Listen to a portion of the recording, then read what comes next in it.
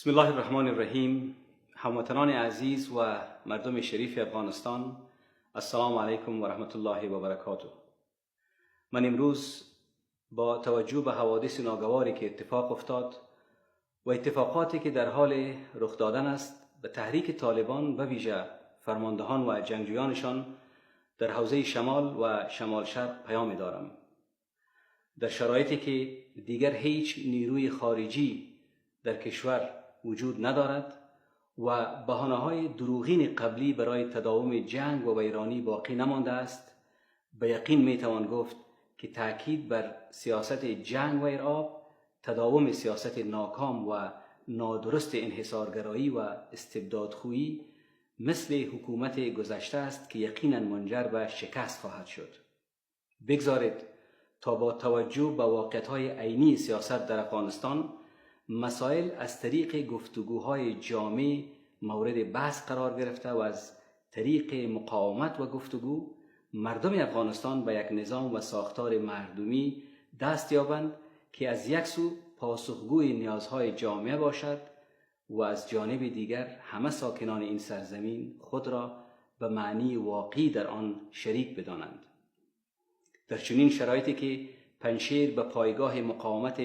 مشروع مردم افغانستان بدل شده و طرفهای مختلف سیاسی به گفتگو و بحث جامع و ایجاد یک نقشه راه برای آینده افغانستان تأکید دارند، انتظار مردم افغانستان از تحریک طالبان این است که تا رسیدن به یک راه حل معقول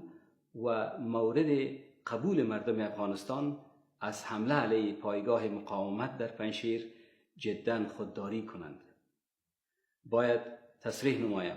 که در صورت تداوم و اعمال سیاست فشار، زور و خشونت علیه مردم، دیر یا زود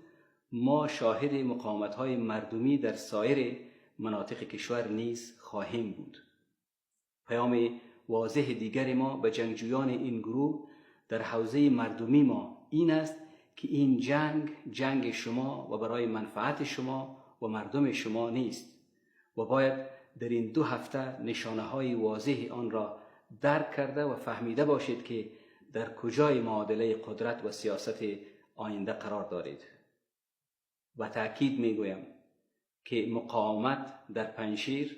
در برابر سیاست فشار، زور و ارعاب حق مشروع مردم است و همه مردم افغانستان از آن حمایت می‌کنند و ایفای نقش در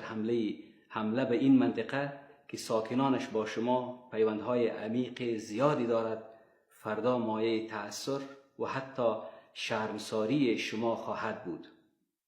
همان گونه که در گذشته گفتم، بار دیگر تکرار و خیلی واضح میگویم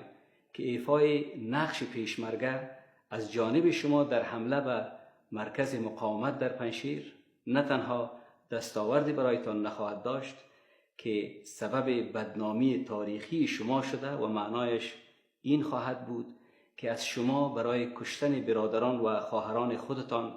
و ویرانی خانه خودتان استفاده صورت می‌گیرد. بنابراین تنها راه حل مشکل پیش آمده را گفتگوهای جامع، صادقانه و مقاومت هدفمندانه می‌دانیم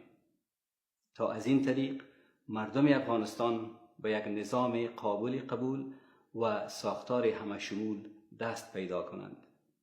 و السلام علیکم و رحمت الله و برکاته.